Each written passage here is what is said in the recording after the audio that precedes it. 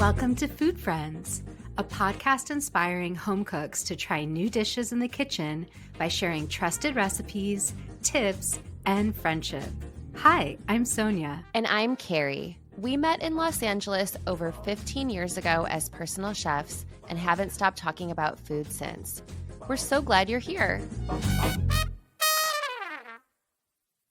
Thanks for being our food friend. If you enjoyed our podcast, please subscribe, leave us a review, and share this episode with friends.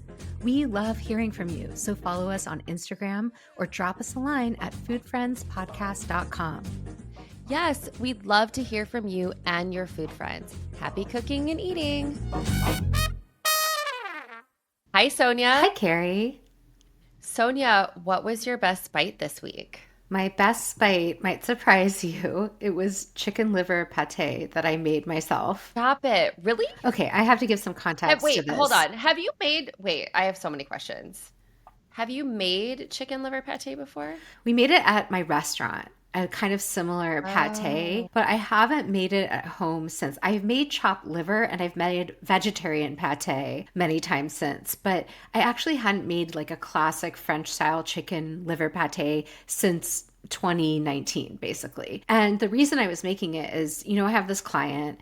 She's a doctor. She eats a lot of meat and protein and vegetables too. And she was saying, Sonia, I'd like to have more chicken liver in my diet because it's really nutrient, mineral rich and has a lot of iron. Right. And I was like, sure. Yeah. She's like, can you try and make me some pâté? I was like, done, I'll do it. Which I kind of love about private chefing. You're like, oh, I'm just going to pull that recipe out of my back pocket. Like, no big deal. I've never made pâté. But didn't you love as a private chef when your client would give you a request and it made you cook something you wouldn't normally have made? And that's how this felt. That is probably the thing I loved the absolute most about being a personal chef, and that I find to be the hardest about being a home cook is because I would eat anything. I love it when people with dietary restrictions come to my house because I'm like, put me in a box. Help me think about this differently. Otherwise, I just stand in my kitchen and look at my husband. I'm like, what are we going to eat? That's right. Yeah, it's really fun to try new things and think of things differently. So I went to a recipe that I have used before that I think is just one of these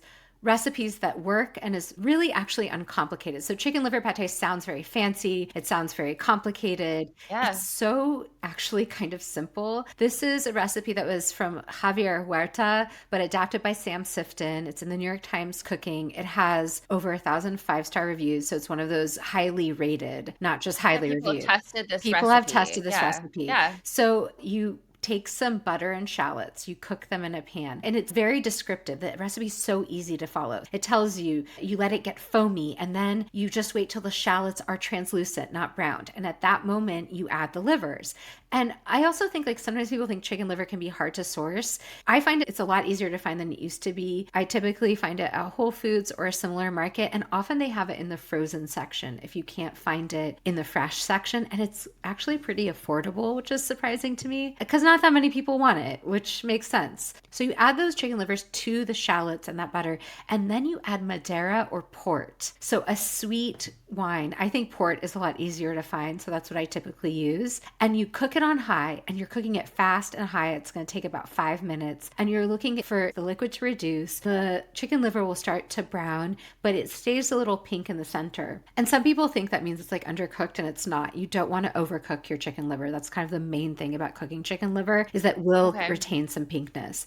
Then you throw that into a food processor, and then you add more butter, cubed cold butter, that's part of pâté, and you add a little bit of heavy cream, and you blitz it, you salt and pepper it, you put it in the fridge, and you let it set. And then you eat it on a cracker or a piece of crusty bread or something. I honestly don't love that. You probably don't like it. I was like, this is not your flavor. But if you grew up with chopped liver and you aren't keeping strict kosher because this is mixing meat and dairy, then you probably would like pâté. It is like a very acquired taste. I don't think this recipe is for everyone. I think it's really just for people who might be looking to get some more liver into their diet, might enjoy pâté or be curious about it, might enjoy chopped liver and want a different method. So you can serve it with crackers is typical, or the baguette. We also at the restaurant always served it with a little bit of pickles or mustard, and we would do cornichon or even pickled currants. A pickled fruit is really nice with pâté. Sometimes people serve a little preserved fruit with pâté. Sonia, this is making me think about, though, I'm not a pate lover, but this doesn't actually sound that hard to make. No. If you were to make this and take it to someone's house or to take it to a potluck or take it to a group gathering, especially the people who love to eat pate, it's like it feels so fancy, even though it really isn't. I mean, you could really impress your friends. You can make this days ahead of time and keep in your fridge, which I do like for holiday entertaining, just something that you can Yeah. whip out and feel special. Know your audience. And Yeah. on that note, I had a much more crowd-pleasing best bite that I just want to share with you because I haven't talked to you about it. I recently taught a class about seasonal salads, but I went to the South where like this time of year they're still growing all kinds of produce. It's a lot warmer than here. Kind of like California. You guys have a ton of produce year round. This is the total opposite of pate. This was for a brunch. So as a group, we all made a series of salads and then I put them out as a spread and I brought some lox from Portland to the South. Some of my favorite smoked lox from the smokery from my friend Michael Jacobs. We bought some local sourdough. We cut that up. We had some butter on the side and then just salads. And I was like, wow, for entertaining, this really works. Especially, I think, this time of year. Not every hosting event is at night. Sometimes you're having people for a brunch. Sometimes you're having guests who are staying in town. And also sometimes you want a lighter meal. So that's why it's a contrast to pate. Yeah. So what I'm so curious, what were you, by the way, a meal with pate bread and salad sounds like a great Well, brunch, that wouldn't or be a, bad a light either. lunch. Yes. Yeah. Yeah. But what were some of the salads? What we did is it was a whole group of people and everyone split up into four groups and each group made a salad. So there Oh, was wow. a fennel, pomegranate, celery, apple salad with lots of Yum. fresh parsley and mint. That was one salad that was really colorful and bright. Then we did a Moroccan carrot salad, which you make with cooked carrots that came from my friend Dror. He shared his recipe with me. That has a lot of cumin, cilantro, lemon juice. It's actually quite simple and garlic. Then one table made a quinoa, roasted zucchini, za'atar, lemon vinaigrette salad, which I hadn't had in a while. It's a recipe from my cookbook and I was reminded of like, oh yeah, this is so fun. And basil is added to that, fresh basil. And it's just so easy to take a Wow. bunch of different zucchini squash, roast it off, cook off some quinoa, toss it together in this very acidic and za'atar infused dressing. Makes it a little different. And basil and za'atar go really well together. That like tartness of the za'atar and sweet of the Well, basil. the za'atar is quite earthy. It can be an acquired taste too, but you add a lot of lemon juice to it. So yes, that's where the Okay. acidity comes in. And then that kind of floral basil note. And then the last table made a Slavic cabbage salad, which is essentially like a coleslaw, but with fewer ingredients and lots of lime juice in the recipe, which is not traditional, but is my take on it. And it was such a hit, even the cabbage salad. People are always skeptical of the cabbage salad or the coleslaw, and it always is the first thing to go. And we had some egg salad also pre made, and the spread. And the plate was so colorful. It was like a rainbow when you put every little salad on it. A lot of these salads you can make days in advance, and a meal can be a spread of salads. Absolutely. This was your coleslaw recipe, It's correct? not my coleslaw, but it's very similar to my coleslaw. It Okay. has fewer With it things. has Yeah.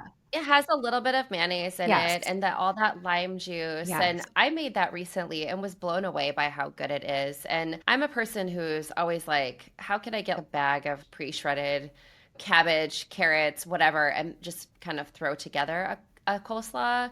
And when I made your recipe, I was so surprised by how much better it is. And it gets better over time in the fridge too. That's what I love about this. These are all Yeah. every single salad is a make ahead salad, which I think, again, this time of year, having things that you can make ahead is so helpful. So, Carrie, what was your best bite of the week? Well, I think you're also going to be surprised, Sonia, because my best bite of the week was a cabbage Oh, salad. I'm loving that.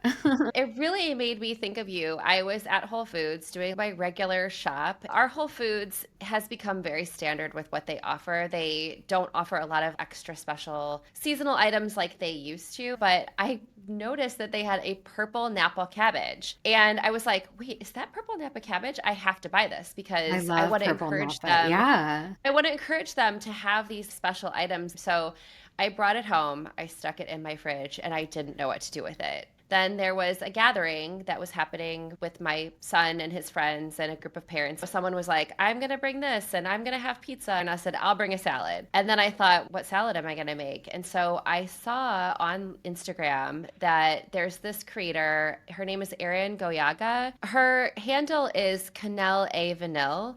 And I've admired her work for years, but she had this really great video. And it started off with, I'm going to make a purple Napa cabbage salad. I'm going to show you how to do it. Wow. So just as you had this already sitting in your fridge. The universe was like, you should make a salad with that purple Napa cabbage. What's funny is I literally, beyond the purple Napa cabbage, I didn't follow her recipe at all because she had a different dressing and a bunch of things that I just didn't have. And I thought, you know what? I'm just going to use what I've got in my crisper drawer. I had orange peppers, which orange with that purple are so beautiful. I also had, and I don't know what possessed me to do this, but I bought an orange beet. And so I shaved that very thinly, as you have taught me how to do over the years. Her recipe had a lot of apples in it, and it had a rotisserie chicken in it. So I did apples, celery, orange beets, orange peppers. There were tons of herbs in her recipe. I had tons of parsley and mint, so I cut them up. And then I also had a champagne vinaigrette, which I had in my fridge for a couple of months. And so I used that, and I had a brick of feta. Wait, I didn't see, like sometimes you drop knowledge on me that stops me. So you had made a champagne vinaigrette at some point, and you kept it in your fridge. You made extra. I didn't even realize it would last for a few months. Oh, it did. I thought I need to get this moving through. I took all those vegetables, cut them all up. I cut up a couple of apples and I tossed them in lemon juice and then drained them. And so I added that to the salad. So there was like this lemoniness.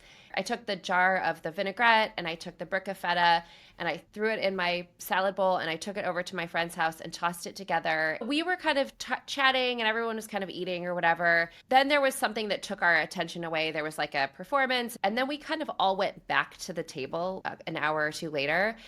And someone kept taking the tortilla chips and dipping them. To scoop the salad, yeah. And we finished the salad in like 5 minutes. So totally you're telling me, okay, there was a salad recipe which we can link. And then for the listener, they can take any kind of cabbage, if you can't find purple, any Napa cabbage, some shaved beet of any color, some bell pepper of any color, some apples, in lemon, celery, yes. And basically whatever vegetables you want, toss it all together. Make sure you have some fresh parsley and mint or some herbs. It sounds like you cut it up finely enough that it could be scooped with a chip, and that makes for a great salad on a spread. And a brick of feta. It adds so much salty brininess. It was beautiful. I have a couple of pictures. I'll share them on our Instagram, Food Friends Pod. What really inspired me was she posted this video with the purple cabbage. And I just thought, I'm going to take that as a sign that I should make a purple cabbage salad. And I made my own version of it. But her recipe also looks really delicious. So her salad was the same purple Napa cabbage and apples, but she also had rotisserie chicken and a za'atar dressing that had a lot of sumac in it. So it was lemony. Well, what you're talking about is take any salad inspiration and run with it. Like we both have talked about both. And that is the idea when I'm doing these workshops is I don't think people should follow my recipes exactly. I think it's just a launching point for your own salad making because salad is a creative expression. It's one of my favorite creative expressions. And it's good to be reminded of the za'atar dressing. It's also a good reminder that purple Napa cabbage and Napa cabbage in general is in season. I love the purple too. I have a Asian take on it that I've shared before on my Substack, so I can link that as well. It's fun that salads are coming up even this time of year. It's not necessarily the time of year where salads are at the forefront, but they're so welcome. Well, Sonia, this is making me hungry to make another great salad and to go back to your really great salads, including that coleslaw. I really love it. Oh, well, until next time. Bye. Thanks for being our food friend. If you enjoyed our podcast, please subscribe, leave us a review, and share this episode with friends. We love hearing from you, so follow us on Instagram or drop us a line at foodfriendspodcast.com. Yes, we'd love to hear from you and your food friends. Happy cooking and eating!